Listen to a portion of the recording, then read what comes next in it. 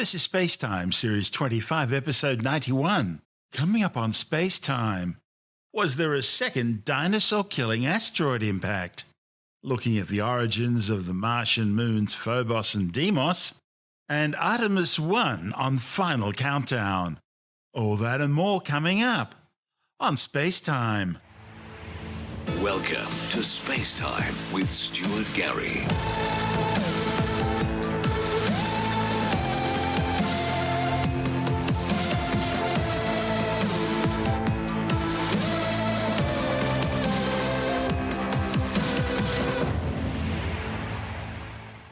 Scientists have discovered a massive asteroid impact crater in the North Atlantic Ocean, which may have formed at the same time as the infamous dinosaur-killing KT boundary event Chicxulub asteroid. The findings, reported in the journal Science Advances, suggest the possibility, at least, of a 1-2 knockout punch, with not one but two asteroids slamming into the Earth and wiping out most life on the planet. The newly found crater is located 400 kilometres off the coast of Guinea in West Africa. It's been named after the nearby Nadir seamount 100 kilometres to the south. The thing is, this 8.5 kilometre wide structure is being dated to the Cretaceous Tertiary boundary period 66 million years ago. That's the same time frame as the infamous 180 kilometre wide Chicxulub impact crater, which is located on the other side of the Atlantic Ocean in the Gulf of Mexico's Yucatan Peninsula, and it suggests the two impactors may have had a common origin. The Chicxulub impactor was estimated to be around 10 kilometres wide, and its impact caused one of the greatest mass extinction events in Earth's history, killing some 75% of all life on the planet, including famously all the non-avian dinosaurs. The new study suggests this newly discovered crater was formed by a somewhat smaller asteroid, about 400 metres wide. Computer simulations suggest it would have produced a fireball with a radius of over 5 kilometres, instantly vaporising surrounding water and seabed sediment. The study's authors say the impact would have produced tsunami waves up to a kilometre high around the crater, and shock waves from the impact would have generated magnitude 6.5 to magnitude 7 earthquakes, releasing around 5,000 megatons of energy. The impact crater was identified using seismic reflection as part of a project studying the tectonic breakup of South America from Africa during the Cretaceous. Seismic reflection works like an ultrasound, sending pressure waves through the ocean and its floor and detecting the reflected energy coming back. The data allows scientists to reconstruct the architecture of the rocks and sediment, providing a picture of what lies underneath. This is SpaceTime. Still to come, a close-up look at one of the biggest black hole jets ever seen, and a new study examines the possible origins of the Martian moons Phobos and Deimos. All that and more still to come on SpaceTime.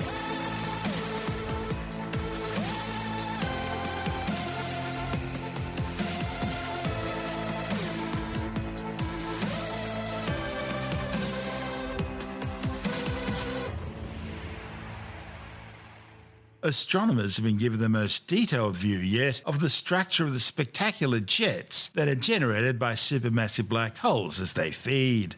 The new observations, reported in the monthly notice of the Royal Astronomical Society, are allowing researchers to see shock diamonds generated by the pressure of material in these superluminous jets interacting with the surrounding interstellar and intergalactic gas. The jets are being produced by a material which is being crushed, torn and ripped apart on the accretion disk surrounding the event horizon of a supermassive black hole at the heart of the elliptical galaxy NGC 2663. The shock diamond effect the astronomers are seeing is analogous to an effect seen in jet engines. As the exhaust plume of a jet or rocket engine blasts through the atmosphere, it's constricted from the sides by the ambient air pressure, and this causes the jet to expand and contract, pulsating as it travels. Seeing the same pattern in the jets emanating from a black hole tells astronomers there's enough matter in the intergalactic medium surrounding NGC 2663 to constrict the jets. Now, in return, the jets are heating and pressurizing this material. The galaxy NGC 2663 is located some 93 million light-years away and contains about 10 times as many stars as our own galaxy, the Milky Way. The massive jets generated by the central black hole span almost 1 million light-years, 50 times larger than the galaxy itself. In fact, if your eyes could see it in the night sky, it would cover an area larger than the full moon. The observations were made as part of the Evolutionary Map of the Universe, or EMU survey, using the CSIRO's Australian Square Kilometre Array Pathfinder, or ASCAP, radio telescope located in the Murchison area of the Western Australian outback. ASCAP is a network of 36 linked radio telescope dishes forming a single interferometer. One of the study's authors, Professor Ray Norris from the University of Western Sydney, says while astronomers have found these sorts of jets before, the immense size and relative nearness of this one makes this among the biggest known jets in the sky. So it's a big elliptical galaxy, and it's got a supermassive black hole in the middle, which is not particularly unusual. And coming out of the black hole are these two great long jets. Now, so all that is pretty normal. We see these things all over the sky. What's really interesting about this one is it's a very active one. It's got enormous jets, and yes, it's quite close to us. And so it gives us the opportunity really to study these jets in enormous detail. And that's what's really special about this one. These jets are so big, and it's close as well. If you could see the sky with radio eyes, this thing would be bigger than the moon, which is absolutely enormous. Usually these things are tiny little specks in the sky, So it is intrinsically a very large pair of jets squirting out of this black hole, but not the largest in the universe, sort of thing, but quite large. But because it's very close, they look very, very large on the sky. Let's say we see these jets all over the sky, but we don't actually understand how they work very well. And that's the important thing about this source, is that we're seeing it with this beautiful detail. And so we're seeing diamonds, as you say, in the jets, which is just like sort of the shock diamonds that you see coming out of the backs of jet engines on planes. And in the case of planes, if you understand what causes these, it's the material from the jet squirting out, and the atmosphere around it is squeezing in, and the jet pushes against it, and the atmosphere wins a little bit and squashes a bit, and the jet pushes back a bit, it goes out again. And so you get these diamond-shaped lumps in the trail coming out of the back of the jet engine. And we're seeing this in this source here. Now, this is the first time anybody's ever seen this. People have said that maybe do see this somewhere, but it's the first time we've really seen a good picture of it. And because it's so close, we're able to really analyse these jets and look at the magnetic field in the jets and so on, and really understand that this is what's happening. Are these jets quasars? And if so, are they caused by the same thing as quasars? Yeah, so these are exactly the same jets that we see in quasars, yeah. Quasars are those jets which have to be pointed more or less straight at you. Maybe I should explain how these jets are formed. So when you've got a supermassive black hole, like in this galaxy or the quasar, you've got all this gas falling in from outside the galaxy and falling into the black hole and getting hotter and hotter as it falls into the black hole. Now, people might say quite reasonably, hang on, isn't it a one-way trip into a black hole? How come this stuff's squirting out? What actually happens is gas being sucked into the black hole gets so hot and so dense just before it hits the event horizon that you get this enormous pressure. It can't actually fall into the black hole fast enough. And so some of it actually gets squirted out in this region around the black hole, and it comes out the easiest place it can, which is the top and bottom of the accretion disk around the black hole. So it's squirting out, and as it comes out, it's probably in a sort of conical shape. And that conical shape then gets bent into gets collimated into a parallel stream. We don't actually understand the process completely, but it's something to do with magnetic fields coupled with the pressure from outside. So then you've got these two jets squirting out from around the black hole, and often in many galaxies they just go off in space and they gradually scoop up material from around them, they slow down a bit, and eventually you end up with these lovely lobes that you often see around these radio galaxies.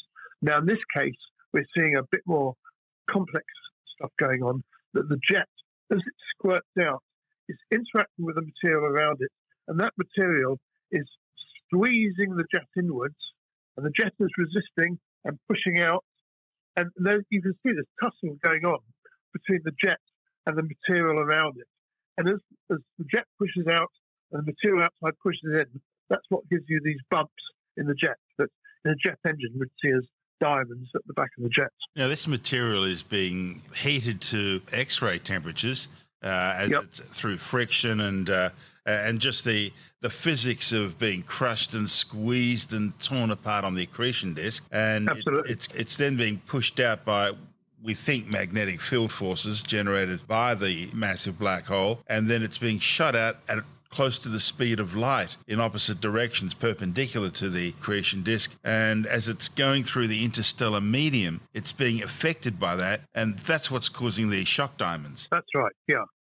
It's that interaction with the medium around it which is causing these. This is telling us a lot about the intergalactic medium in which these jets are passing through. Well, it is, but it's also telling us about the jets. And I mean, I'd love to say that something like this paper, my student Velovich has done all the hard work on this. I'd love to say that the work he's done has really shown us how these jets work. Unfortunately, that's not the case. What it's done is actually asked more questions than it's answered. And we can see these really complex interactions going on between the jet and the interstellar medium. Clearly, it's more than just the jet carving a hole through the interstellar medium, which is, I think, what we once thought. And there are these very complex interactions going on. There's lots of puzzles about these jets, lots of things we don't understand. Why is some in different shapes, one brighter than the other? Why does a black hole sometimes have jets and sometimes doesn't? And there are all these questions. And what this work by Velovich has shown us is that, it's a lot more complex than that. When you look in detail, you can see the outside environment has a big effect on the jets. It's not just what the jet's doing. The outside environment has a big effect on it too. When we look at these jets, are we seeing the sort of thing that, is happening in our own galaxy through the Fermi bubbles, but from a different angle? Yeah, it's related. So the black hole in our own galaxy is much smaller. It's only 1 million times the mass of the sun. Nothing. Whereas the one in this galaxy is probably 1,000 times bigger than that. So it's a difference in scale. The other thing is the black hole in our own galaxy isn't doing very much at the moment. And so those Fermi bubbles that you're talking about are really left over from a time when the black hole was probably more active. And we think that maybe sometime in the past, if we'd looked at that black hole in the galactic center, we may have seen a jet coming out of it. Now, there isn't there one now. But things like the Fermi bubbles are telling us, this actually probably used to be a lot more active than this is at the moment. And we know that in all galaxies, the activity from these supermassive black holes tends to switch on and off with time. Maybe over 100,000 years or 1 million years, they switch on and off. And so in our own Milky Way, it's in a bit of a quiet phase at the moment. Clearly, in this galaxy, NGC 2663 is in a very, very active phase at the moment. But that's not to say that in 1 million years it may be switched off and there'll just be this red, dead elliptical galaxy. And if we look very carefully, we might see some fossil remnants of these jets. And we see those in other galaxies too. Where to now? Well, one of the things we need to do is find more of these objects, right? We've only got one. And we need to understand what's special about this object, or what's a more general phenomenon that you see in all these jets if you study them hard enough. Now, we have this fantastic telescope that CSI have just built, the ASCAP radio telescope in Western Australia, which is really good at surveying large areas of sky and finding rare objects. And so we're now going through the ASCAP data and trying to find more. Well, we are finding more of these things. And so the next step is to get together a group of these, so we've got more than just one to study, and see if we can understand the physics of this better. And that's where the EMU survey comes in. That's exactly right. So the EMU survey, the evolutionary map of the universe, is main big survey for doing this on the ASCAP telescope. So we've just got a couple of fields that we observed as a pilot, as part of the commissioning of the telescope. And I should say, actually, this work on NGC 2663, I think we only had 26 antennas working at the time we did this. So this is in the early stages of ASCAP. We now have 36 going. So we did 2 pilot surveys, and then later this year we're going to start this mammoth effort. It's going to take about 5 years to study the whole sky like this. And we'll just find millions of these objects. We expect to find like 50 million radio sources. And all these things at the moment we regard as rare will probably have lots and lots of examples of each of them. So it's going to completely change the way we do radio astronomy, actually. And of course, it'll change even further as the square kilometre array comes online. That's right. So in 10 years' time, we'll have the square kilometre array, and that's going to go even deeper and have even higher resolution.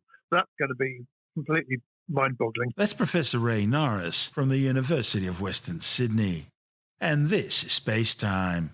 Still to come, looking at the origins of the Martian moons Phobos and Deimos, and yet another delay for Boeing's Starliner spacecraft. All that and more still to come on SpaceTime.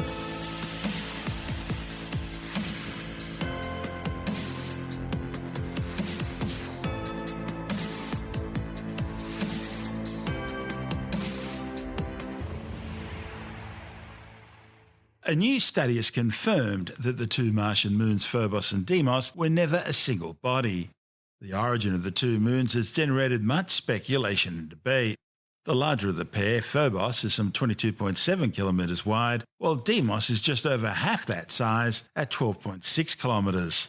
The potato-shaped moons orbit the red planet very rapidly, with Phobos taking just 7 hours, 39 minutes and 12 seconds, while Deimos orbits a bit further out, taking 30 hours, 18 minutes and 43 seconds. Historically, astronomers have always leaned towards the idea that Phobos and Deimos are captured asteroids. This capture hypothesis has both objects originally part of the main asteroid belt between Mars and Jupiter, but eventually being affected by some gravitational perturbations and then captured by the red planet's gravity. An alternate impact hypothesis suggests that an impactor struck Mars, creating a debris ring around the red planet which eventually accreted to form two rubble pile moons. A new hypothesis presented last year proposed that Phobos and Deimos may have been the remains of a primordial moon that simply broke apart. That's based on orbital simulations showing that the pair's orbits would have crossed sometime between 1 and 2.8 billion years ago. According to this ring moon recycling hypothesis, a single progenitor moon was ripped apart either by tidal forces after passing the Martian Roche limit or by an impact. The resulting debris then formed a ring around Mars, which eventually coalesced to form the two moons, Phobos and Deimos. The problem there is new three-body numerical simulations reported in the Planetary Science Journal show that the pair would have collided with each other within 100,000 years of breaking apart. And that would have left Mars with another debris ring, which would still be visible today. This is SpaceTime. Still to come, another delay for Boeing's Starliner spacecraft, and stunning new images of the King of Planets thanks to NASA's new James Webb Space Telescope. All that and more still to come on SpaceTime.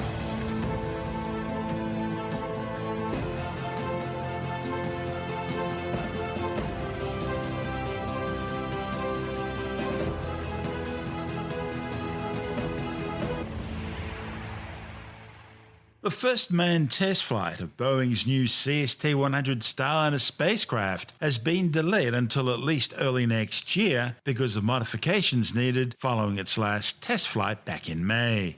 The mission, carrying 2 astronauts to the International Space Station, was slated for December, but will now not take place until February at the earliest. Technicians say they need more time in order to address the issues identified during the Unmanned Orbital Flight Test 2. These include thruster problems, which forced the spacecraft to undertake a second go-round before successfully docking with the orbiting outpost. Boeing engineers believe debris in the service module thruster system may have been to blame. The post-flight reviews have revealed 4 primary issues requiring additional work. As well as the premature shutdown of 2 of Starliner's orbital maneuvering and attitude control thrusters, Starliner also experienced problems with the smaller reaction control system thrusters, both on the service module and on the capsule. There were also anomalous high pressure readings in Starliner's thermal control system. And its vision-based electro-optical sensor tracking assembly, which aids in rendezvous and docking, didn't behave as expected, although it did perform its primary task. Orbital Flight Test 2 was Starliner's second attempt to undertake an unmanned test flight to the International Space Station after the first attempt failed due to a number of software issues. These firstly placed the spacecraft into a low orbit, leaving it unable to reach the space station. And had the software issue not been found, it would also have seen the spacecraft destroyed during the program's separation of the command, crew and service modules. If NASA approves the latest modifications, Starliner will be stacked on top of its Atlas V launch vehicle in November. The 8-day test flight would carry 2 astronauts to the space station and back to Earth again, marking the final test before NASA can certify Starliner for routine crew transfer missions. Once certified, Starliner would join rival SpaceX's Dragon capsule, providing commercial crew transport services for NASA to the space station. But while Boeing struggles to get its ailing Starliner up to speed, SpaceX, which was certified back in 2020, is already preparing for its 6th manned flight to the space station. This is SpaceTime. Still to come, the King of Planets seen in stunning new detail, and in part 2 of this week's show, Artemis 1 on its final countdown. All that and more still to come on SpaceTime.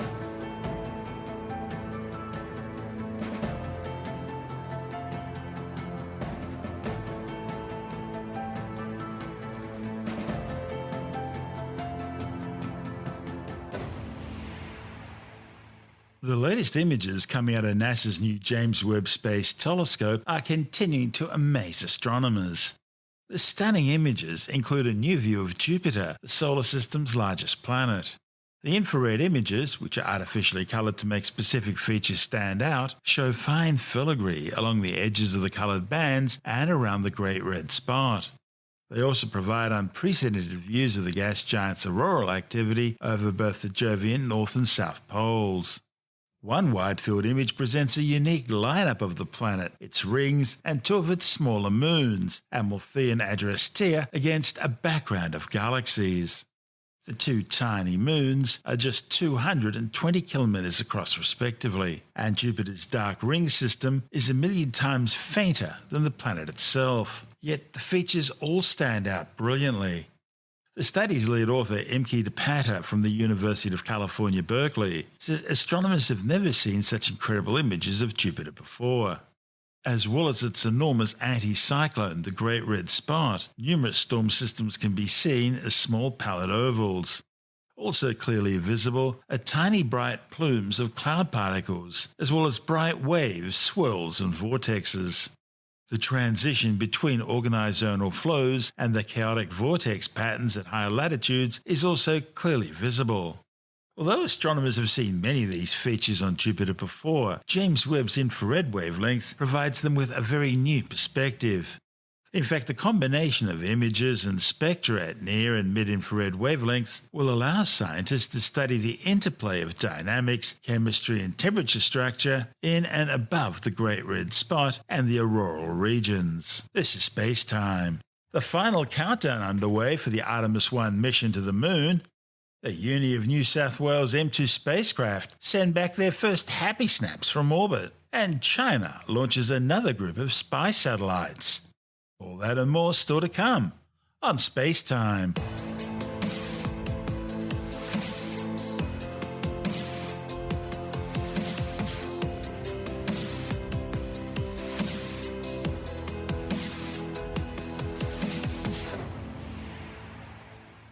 Up to 200,000 spectators have crowded parks and beaches around Cape Canaveral in Florida as the final countdown continues to the launch of the world's most powerful rocket.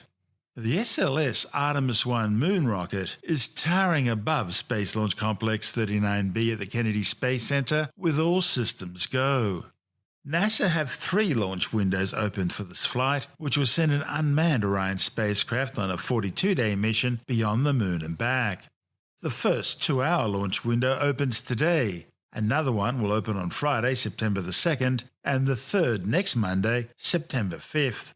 The name Artemis is derived from the Greek goddess of the moon, who was the twin sister of Apollo, whose namesake program took humans to the moon for the first time back in the late 1960s and early 70s.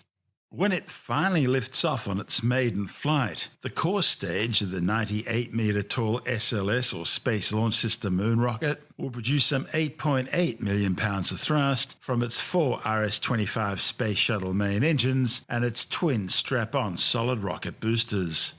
By comparison, the 5 massive F1 engines from the Saturn V moon rocket, which took the first humans to the moon under the Apollo program, blasted out a total of 7.6 million pounds of thrust.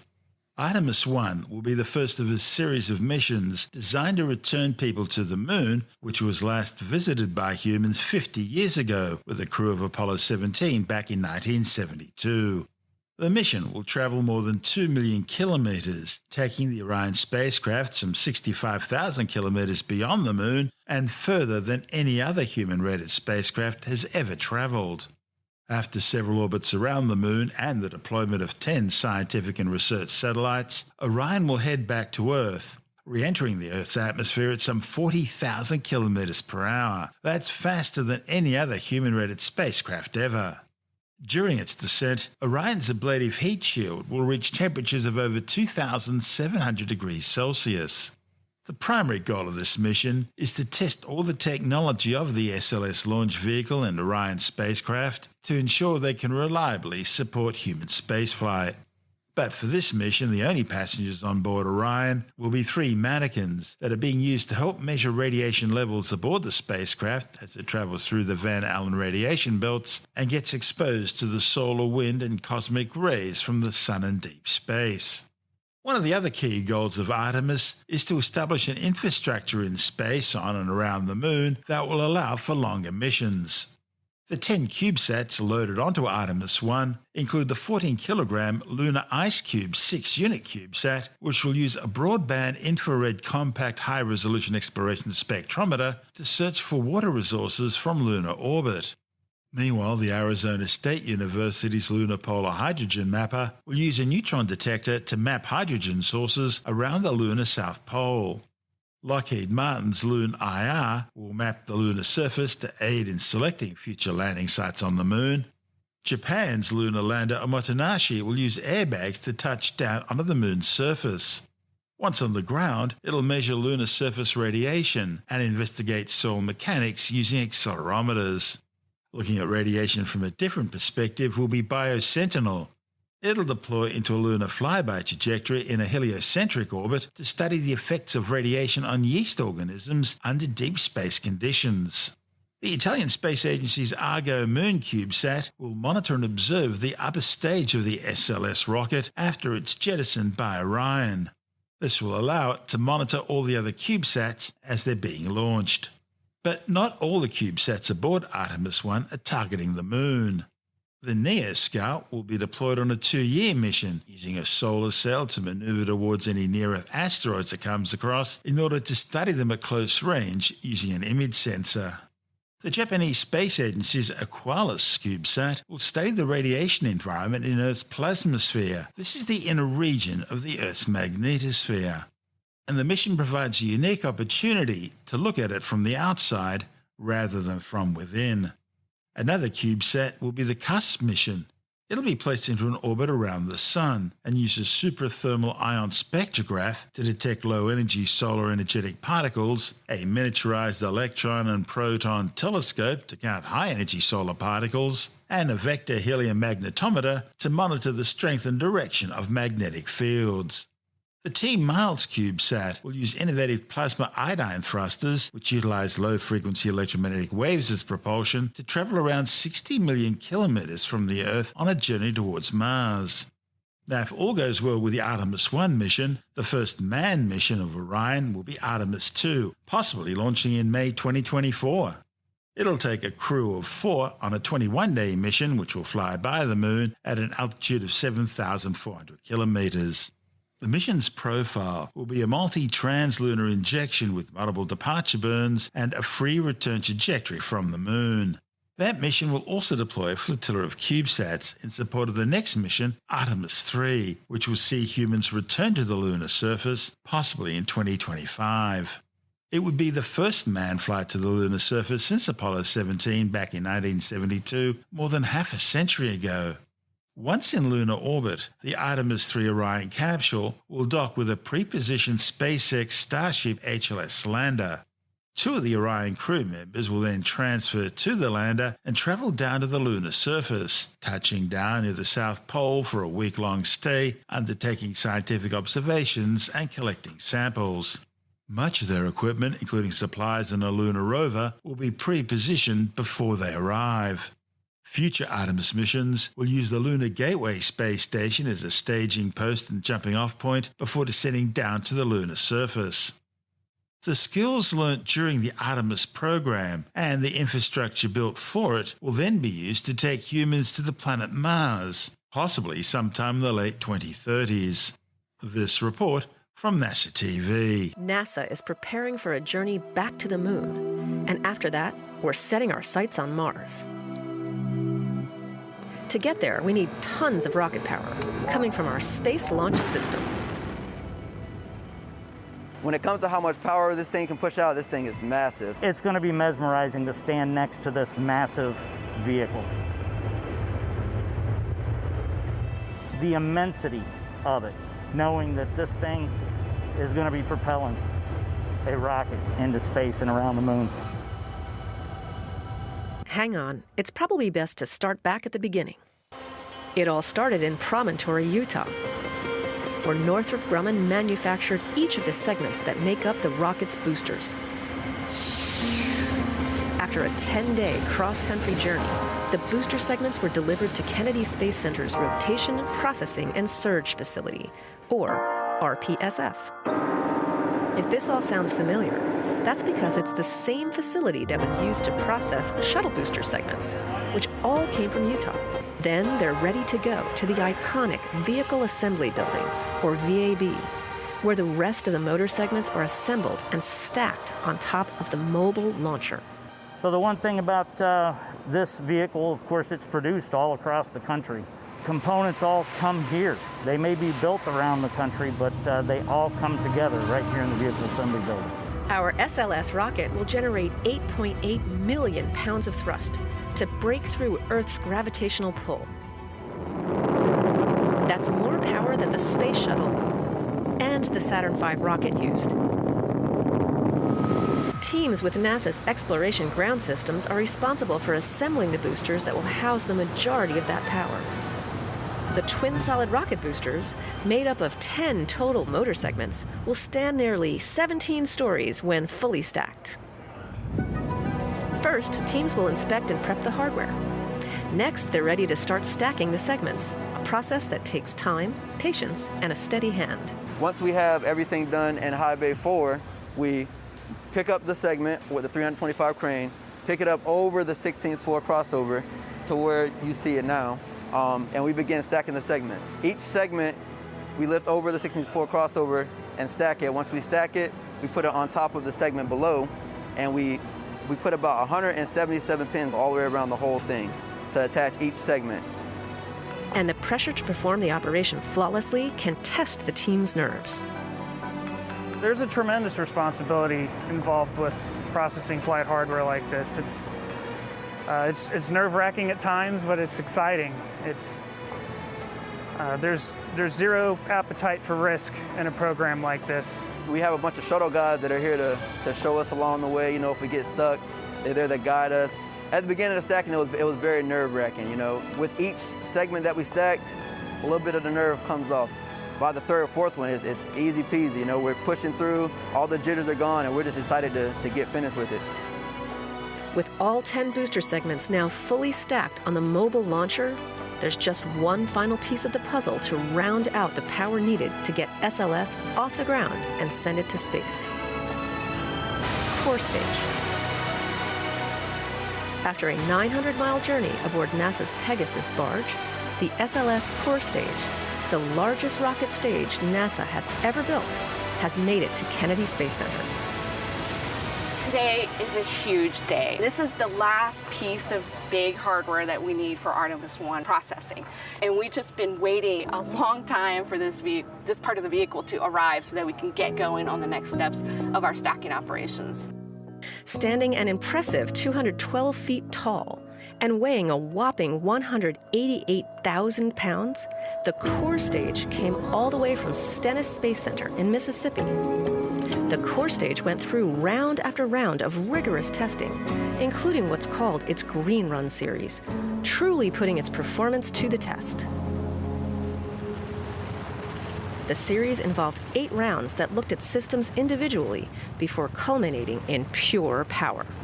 With over 700,000 gallons of propellant flowing through the core stage and its S25 engines firing for 8 minutes straight, the successful final test resulted in some big emotions from the team. We cried, we laughed, and we cheered because it was so emotional to see, the years of culmination coming through.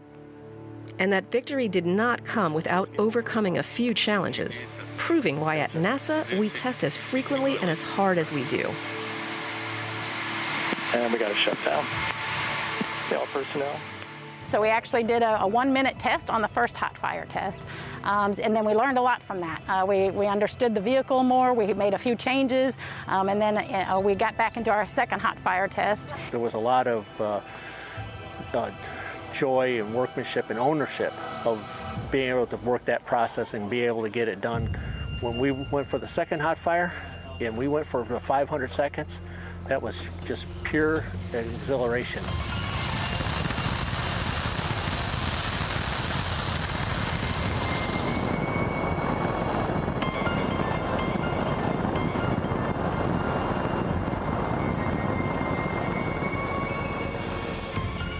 Following its arrival at Kennedy, teams moved the core stage into the VAB, where it was lifted by a crane and placed in between the twin solid rocket boosters. Serving as the backbone of the rocket, the core stage will provide more than 2 million pounds of thrust to help send the Orion spacecraft on its trip around the moon.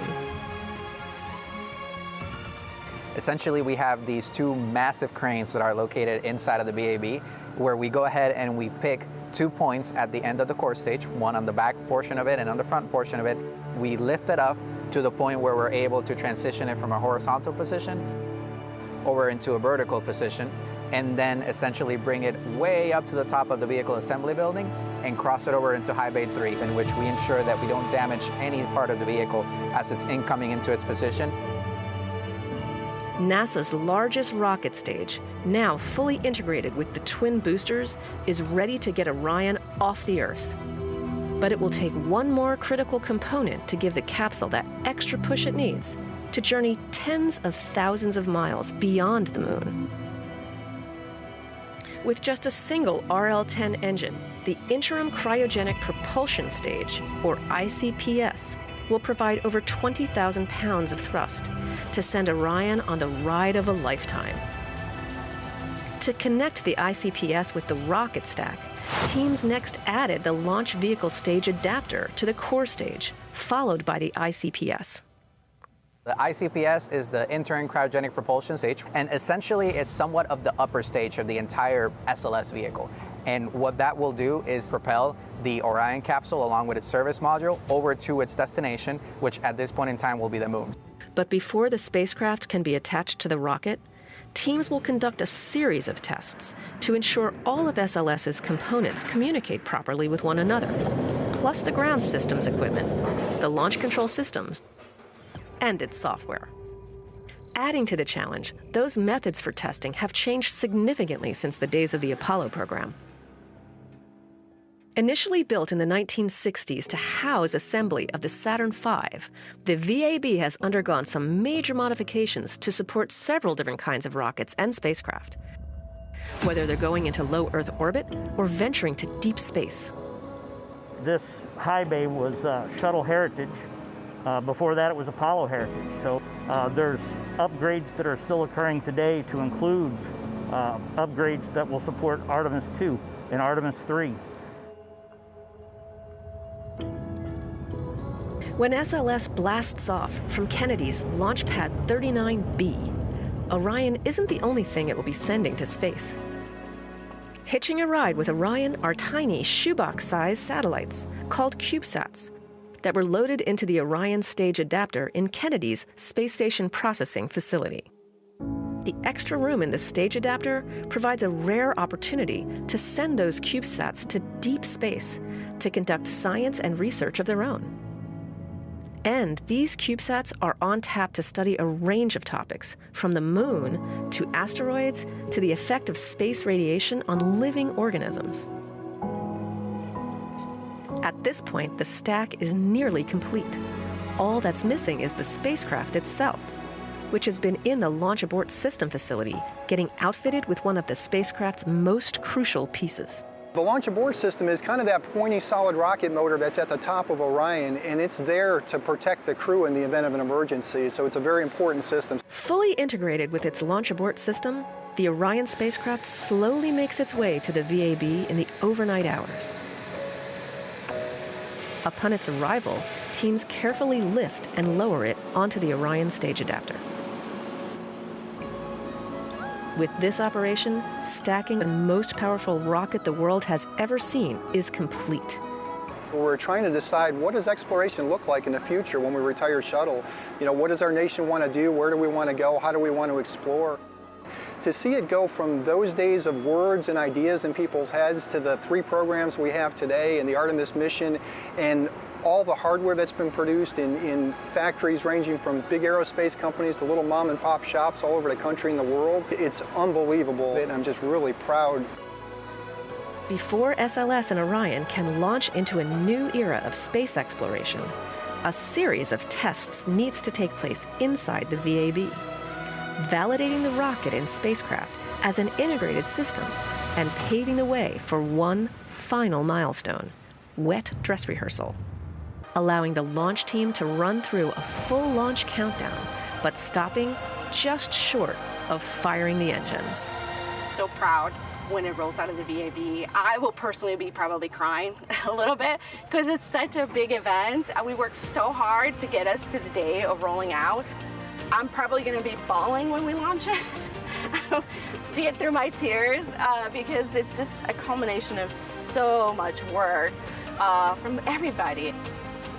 We owe the advancement of science and research and technology to what we're doing here.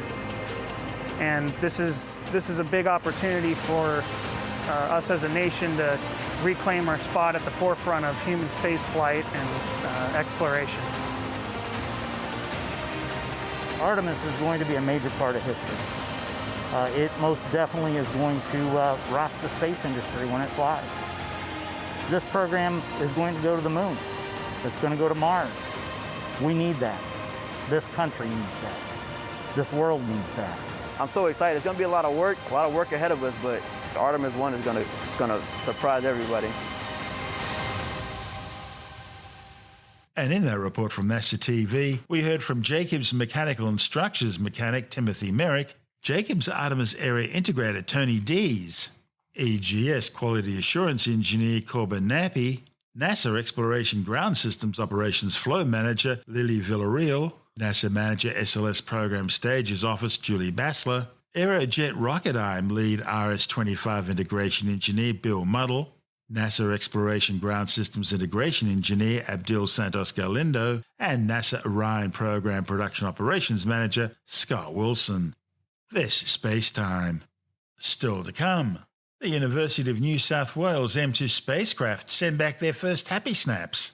And China launches another group of spy satellites. All that and more still to come on SpaceTime.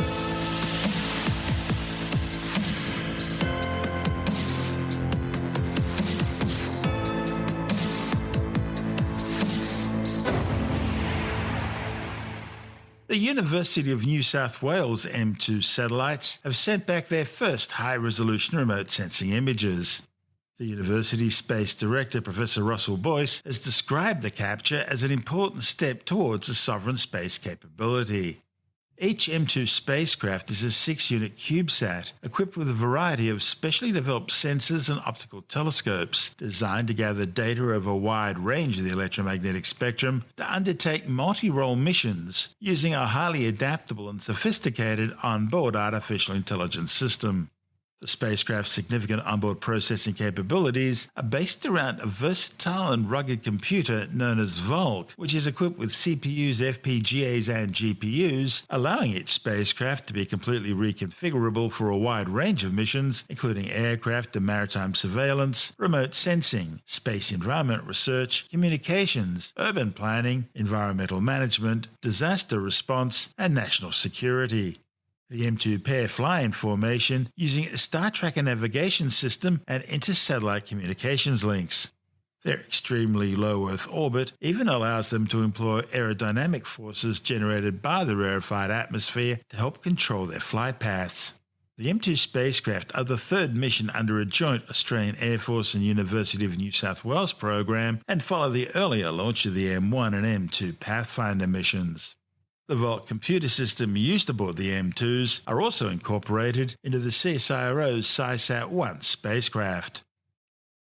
Less than a month after its last launch of spy satellites, Beijing has sent another trio of Yaogan 35 military surveillance and reconnaissance satellites into orbit.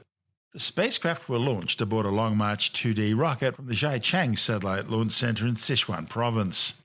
They were placed into a 500-kilometre high orbit. Beijing described the spacecraft as being intended for commercial remote sensing services for land resource investigation, natural disaster monitoring, urban planning, agricultural crop monitoring, and public safety.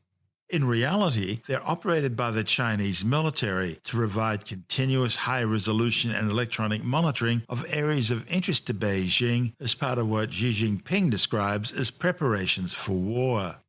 This mission came just days after China launched a Long March 4B rocket from the Taiyuan Satellite Launch Center in northwestern China's Jiangxi province, carrying 3 more satellites also designed to keep an eye on the Earth below. Beijing claims the primary payload was a terrestrial ecosystem carbon monitoring satellite, which will also be used for surveying and monitoring terrestrial ecology and resources, mapping, meteorology, agriculture, crop yields, disaster reduction, and public safety. The other satellites launched on the mission includes one that collects information on global shipping navigation and flight status of aircraft, and a third which is allegedly carrying out space science and engineering research. The launch was followed just a few days later by the flight of the Series 1Y3 rocket from the Zhuquan Satellite Launch Center in northwestern China, carrying 3 more remote sensing satellites into orbit. And 2 weeks later, a Kuaizhou 1A rocket was launched from the Jiachang Satellite Launch Center, carrying the top-secret Chuanjing 16 experimental satellite into orbit. No details on that mission have been released. China now has an estimated 531 satellites orbiting the Earth, and since 2016, Beijing has launched more than 212 Earth observation, surveillance, or reconnaissance satellites. Cosmonauts aboard the International Space Station were forced to cut short a planned 6.5-hour spacewalk after one of their spacesuits suddenly failed. Russian mission managers say battery voltages suddenly dropped in the spacesuit for no apparent reason 2 hours into the EVA.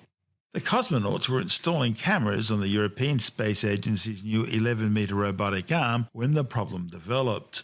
Mission managers at Star City ordered the cosmonaut to immediately return to the airlock and hook up to the space station's umbilical power source. The hatch remained open as his spacewalking companion tied it up outside for another hour or so before also returning. Of course, NASA spacewalks have been on hold for a number of months now, ever since water began seeping into a German spacewalker's helmet during an EVA back in March. Now, it wasn't as bad as a 2013 incident when an Italian spacewalker almost drowned after water from the cooling system in his spacesuit suddenly began leaking. The American spacesuit that malfunctioned in March is being returned to Earth this week aboard a SpaceX Dragon capsule for further investigation. This is SpaceTime.